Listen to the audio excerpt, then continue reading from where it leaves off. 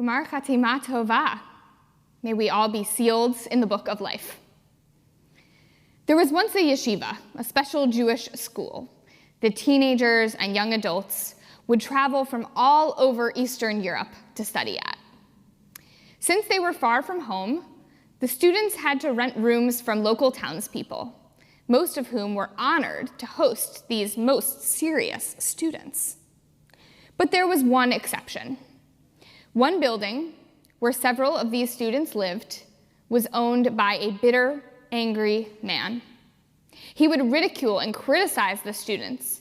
Sometimes he would be so consumed by his anger that he would turn off the water and electricity on Friday afternoons, just as the students wanted to get ready for Shabbat. Over time, the students couldn't handle the man's harassment, so they started to move out, one by one. With each departure, the man grew angrier and angrier at his isolation. After a few weeks, only one yeshiva student remained. Her name was Rebecca. One afternoon, as Rebecca came home from her classes, the man yelled at her, "Are you crazy? What are you still doing here? Everyone else has moved out and left. Why do you insist on staying?" Rebecca paused for a moment and said softly, "I stay here for you. I know you're all alone, and I worry that you might get injured or become ill, and if you cry out for help, there will be no one here to help you. I know that when you yell at us, you are merely taking out your frustration and anger at your isolation. So I decided to stay, just in case you need me." The man's face changed. He suddenly realized that Rebecca understood him better than he understood himself. And from that moment forward, he promised to change his ways. With that change, the students started coming back, allowing his isolation to dissipate and his anger along with it. Yom Kippur is about many things: teshuvah, repentance and opportunity for change, a clean slate, prayer, community. But at its core, it's about anger.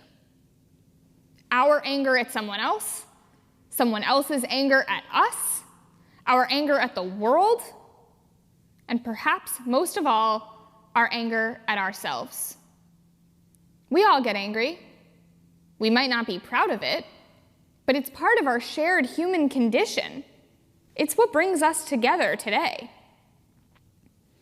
This evening, I want to talk about 3 types of anger.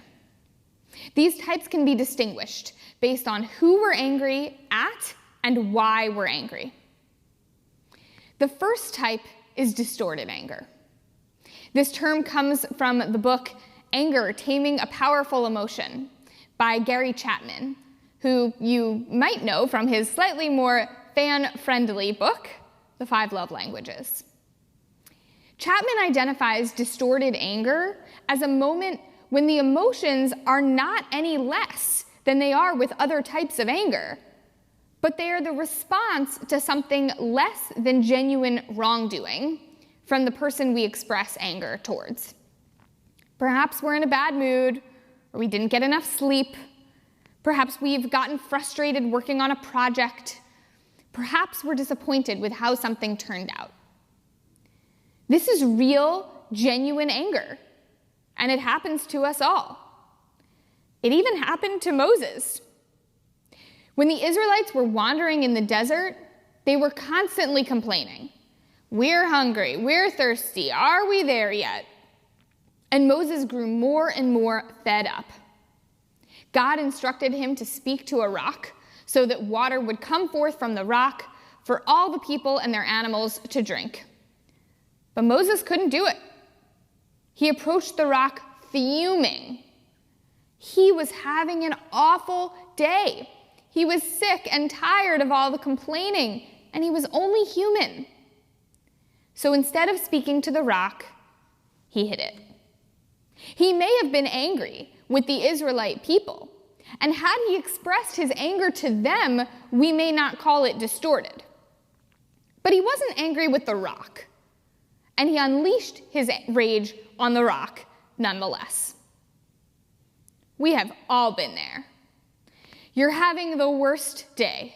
The subway was delayed, a biker nearly ran you over as you crossed the street, causing you to spill your coffee. You've been on hold for far too long with an airline representative, and you got caught in the rain in new shoes. You come home at the end of the day full of anger and frustration. If our greatest prophet and leader, Moses, could experience distorted anger, certainly we can too. But not all anger is distorted. The second type of anger we'll call interpersonal anger. This is what we experience when someone we have a relationship with has wronged us or hurt us, willfully or unwillfully, knowingly or unknowingly. A friend snubs us, a coworker claims credit for our work, a family member makes an insulting comment. We get angry, and rightfully so. There are plenty of examples of interpersonal anger in the Torah, especially among siblings. The classic example is Joseph, who is his father's favorite child and is given special powers of dream interpretation. His brothers grow increasingly jealous of him. And as readers, we can understand the brothers' anger. Joseph isn't exactly modest about his status and powers. He tells his brothers that he's having dreams that one day they'll bow down to him. Of course they can't stand him. Their anger grows and grows until it reaches a boiling point. They throw him into a pit and sell him into slavery. We all experience interpersonal anger. In fact, we couldn't be in normal, healthy, balanced relationships with others if we never got angry. We get mad at our siblings, our children, our parents, our spouse, our friends, our colleagues. The question for us is whether we can use the anger in a healthy way. The third type of anger I want to discuss is societal anger. The anger we experience when we encounter injustice, not just for us personally, but on a larger scale. This is what we feel when bad things happen to good people, when good things happen to bad people, when a tragedy occurs, and when the world operates unfairly. Sometimes our societal anger comes in the form of questions, like, where is God in Hurricane Ian? Where is God in a cancer diagnosis? Where is God in a world filled with homelessness and poverty? We are furious that God has not made this a better, fairer world for us to live in. And that's okay. We're allowed to be angry at God. Many of our psalms are actually expressions of anger at God, and they were canonized into our Bible. Personally, the anger I have been feeling most acutely lately is societal anger, specifically about the assault on reproductive freedom of the past several months. When bodily autonomy is taken away from half of the population, we should all be angry. When half of the population is told that we cannot make our own decisions about our bodies, our health care, our physical and emotional pain, and our future, we should all be furious. As a rabbi, I know my texts. I know what the Torah and Talmud say. I know that according to the Torah, a fetus is not considered a life. And I know that the Talmud demands that people have the right to make decisions about their own bodies. In fact, the rabbis in the Talmud derive this basic human right from Yom Kippur. When someone is trying to fast on Yom Kippur, but knows that it is unhealthy for them, they should eat and drink, regardless of what anyone else thinks. The rabbis so clearly understood that people know their own bodies best, and that people have the right to bodily autonomy. Can you imagine the outrage you would feel if you knew it was unhealthy and harmful for you to fast today, and yet someone forced you to? It would be infuriating. Not just annoying or frustrating, but enraging, because it implies that someone else knows you better than you know yourself. Someone else gets to determine what is best for you. The rabbis knew that this would be infantilizing and infuriating, and that it's just plain wrong. I have a value system as a Jew, as a woman, as a Jewish woman. That value system is in breach, and I am angry. I'm not just angry, I'm infuriated. Distorted anger, interpersonal anger, societal anger.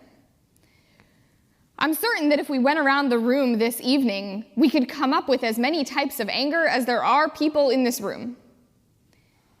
Ultimately, the question that matters most is not how many categories we could come up with. The question is what we do with our anger. Because we all have it. Experiencing anger is part of being human, which is where Yom Kippur comes in. Because on Yom Kippur, we realize that it's not just we who are angry, but that God is angry. Yes, God, God's self, gets angry. And by trying to understand the nature of divine anger, we can start finding the tools to manage our own. A key part of our high holiday liturgy is the Shlosh Esrei Midot, the 13 attributes of God. We open up the ark and recite Adonai, Adonai el Rachum v'Chanun. And one of God's attributes that we list each time we sing that text is being slow to anger. Not devoid of anger, but slow to anger. Why does God get angry? Because God created the world and gave us free will, and sometimes we use that free will to mess things up. In biblical times, God would send prophets to tell the Jewish people to turn away from their sinful ways. Jeremiah, for example, urged by God's rage, yells at the people and begs them to do teshuvah, to turn away from bad behavior and to turn towards better lives. We are made B'Tselem Elohim, in the image of God. And so, like God, we get angry. There are two lessons to be learned from God's anger. First, to be like God, we need to be slow to anger and quick to let anger go. And second, to be like God, we cannot be entirely devoid of anger, as long as we can use it constructively. Like the bitter man in the story with the yeshiva students, sometimes our anger harms us and creates a vicious cycle. We have to remember that we are often not in control of what happens to us. We can't control the subway delay or the biker who almost crashes into us, but we can control our interpretation of what happens to us. Sometimes, when we find ourselves struggling to be slow to anger, it's because something bigger is brewing underneath. If you find yourself constantly angered by the little things, constantly experiencing distorted anger, it may be worth pausing to ask yourself, what am I really angry about? What is really bothering me? What is eating away at my soul? When we can name our anger, not the surface level anger, but the underlying anger, we can take its power away. Our young yeshiva student was able to name the bitter landlord's true anger, which was not about the small annoyances of the students who lived in his building, but was really about his isolation. The moment the student named it to the man, and he heard it and acknowledged it, he could control the anger instead of letting the anger control him. Mark Twain famously said, "Anger is an acid that can do more harm to the vessel in which it is stored than to anything on which it is poured." To be like God, we must be slow to anger and quick to let anger go. Unless we can use it constructively. Sometimes our anger is, as Gary Chapman writes, a red light flashing on the dash of a car. It indicates that something needs attention. That's where our second lesson comes in. That to be like God, we cannot be entirely devoid of anger. We should be slow to anger and quick to let it go. But sometimes anger is like the pain receptors in our bodies that let us know when we are hurt and must seek healing. Some types of anger are useful and important. Anger that is used constructively gets us to do something, to change something about our circumstances. When we are angry with a friend, a family member, a coworker, or someone else who genuinely hurt us, the anger can be what notifies us that something isn't right, and it's time for a conversation. When we're angry, it's so easy to use it destructively, to either explode in anger or to stuff it down. Have you done that before? Perhaps you're angry with a friend or a family member right now. Maybe you regret the harsh words or tone you used. Or maybe you haven't expressed the anger at all, but you haven't been able to let it go either, because that red warning light on the dash of the car is telling you something. First, you must name the anger, and then you can respond constructively. A positive, constructive conversation focuses on sharing information, usually in both directions, rather than expressing judgment. It's about explaining what made us angry and being open to understanding the other's perspective. Because the truth is that when we get angry, not the surface level distorted anger, but real interpersonal anger, it means we care. We don't bother getting angry with those we don't care about. Sometimes that red warning light on the dash is the warning light of societal anger. And societal anger is a good thing. It's what inspires us to make change in the world, to give our time, our money, our blood, sweat, and tears to make a difference. If you want a case study of anger turned to action, it's Mothers Against Drunk Driving, the acronym for which is MAD. That began from a place of anger, constructive anger. They were mad. Mothers who were furious that their children's lives got cut short got together, formed an organization, and took action. I would love to live in a world with no need for societal anger. But when we encounter injustice, we as Jews and we as human beings have no choice but to get angry. On Yom Kippur, we take stock of our lives, our relationships, our world, and ourselves as people. And that process of taking stock brings anger to the forefront. We can't help it. We are human. Are you angry with your sister over something she said a few months ago? Maybe you haven't spoken to her since then because you're not sure how to begin. Are you angry with your spouse because you feel neglected? Maybe you've been letting it come out in passive-aggressive comments instead of sitting down to discuss it head on. Are you angry with society about the environment or homelessness or reproductive rights, and Yom Kippur can be your opportunity to express your anger through prayer and resolve to more action in the year ahead? Or are you angry with yourself for not living up to the goals you set for yourself, or for letting your relationships fizzle, or for not taking care of your physical or mental health the way you know you should? These questions are at the heart of what Yom Kippur is about, and the heart of what Teshuvah is about.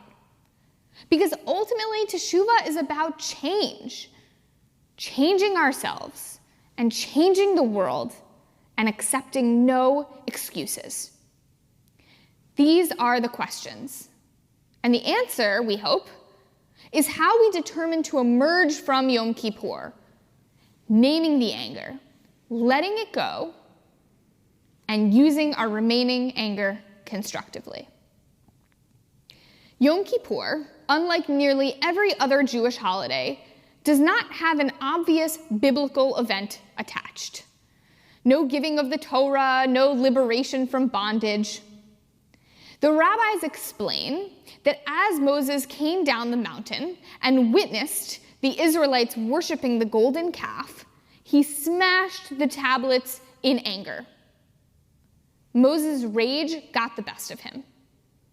The rabbis teach that those shards of anger were not left at the base of the mountain, but were picked up and placed back into the ark right alongside the second set of tablets.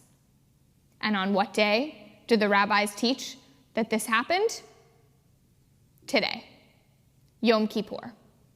Today was the day that Moses bent down and made sense of his anger, carefully picking up each shard, placing it into the ark, in order that he, and by extension all of Israel, could continue on their journey.